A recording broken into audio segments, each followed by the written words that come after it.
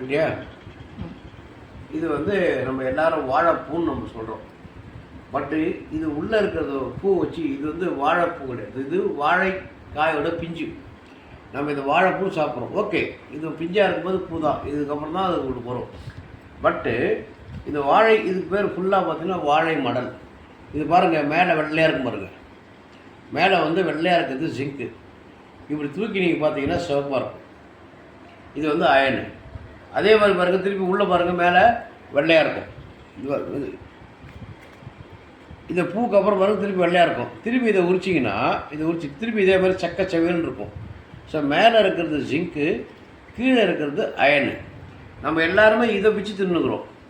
இதையும் நீங்கள் மசாலா போட்டு சாப்பிட்டுக்கோங்க. இந்த இருக்கு பார்த்தீங்கன்னா, இந்த ஒன்று நம்ம கிள்ளி இப்படி நம்ம கிள்ளிட்டு வச்சுக்கோங்க. இந்த மடல், இந்த இதான் வாழை மடல்னு சொல்கிறது.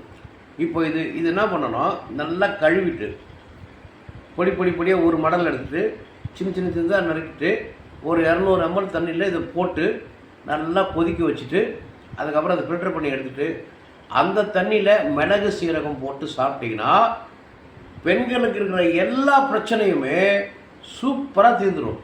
உவர்ப்பு, ஒரிஜினல் உவர்ப்பு இது. அதாவது ஜிங்க் அண்ட் அயன் உள்ளே போச்சுன்னா உவர்ப்பு சக்தி, துவர்ப்பு சக்தி ரெண்டுத்தையுமே இன்க்ரீஸ் பண்ணும். மண்ணில் இருக்கிற ஆணாக இருந்தாலும் பெண்ணாக இருந்தாலும் சரி, கசப்பு துவர்ப்பு இல்லை என்றால் வைத்தியத்தில் சிக்கி நம்ம சீரழிவோம்.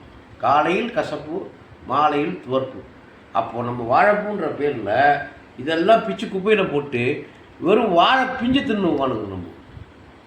இதுவும் துவர்ப்பு தான், இது துவர்ப்பு. ஆனால் இதோடு சேர்த்து இது ஜிங்க் அண்ட் அயன். இது வரும்போது ஆண் தன்மையும் சரி பெண் தன்மையும் சரி மீட்டெடுக்கப்படும். இதுதான் கசப்பு துவர்ப்பின் ரகசியம். நாம் இந்த 2 சுவையுமே அதுவும் ஒவ்வொருத்தரும் ஒரு மாதிரி மாறும். ஸோ கர்ப்பப்பை பிரச்சனைக்கெல்லாம் துவர்ப்பு, விதைப்பை பிரச்சனைக்கெல்லாம் கசப்பு. ஏனென்றால் விந்து கசப்பு, சினை முட்டை துவர்ப்பு. இது 2 வச்சு தான் எண்டோமெட்ரியம், மெசோமெட்ரியம், பாலிப்ஸு, ஃபைப்ராய்டு, அதுக்கப்புறம் இதுன்னு இந்த பாட்டி வைத்தியத்தில் சரி பண்ண வேண்டிய ஒரு விஷயத்தை இந்த படித்தவனுங்க இதை அறுத்துன்னு உட்காந்துக்கிறீங்க. பித்தப்பை அறுக்கிறீங்க. பித்தப்பைக்கு இது நல்ல உணவு. பித்தப்பை அறுக்கிறது, கர்ப்பப்பை அறுக்கிறது, சினைப்பை அறுக்கிறது. தமாஷா தெரில உங்களுக்கெல்லாம். இவனுக்கிட்ட சிக்கி இந்த மருத்துவத்தை எப்படி நீங்கள் நம்பி போகிறீங்க? எந்த மருத்துவமாக தான் திரும்ப சொல்கிறேங்க.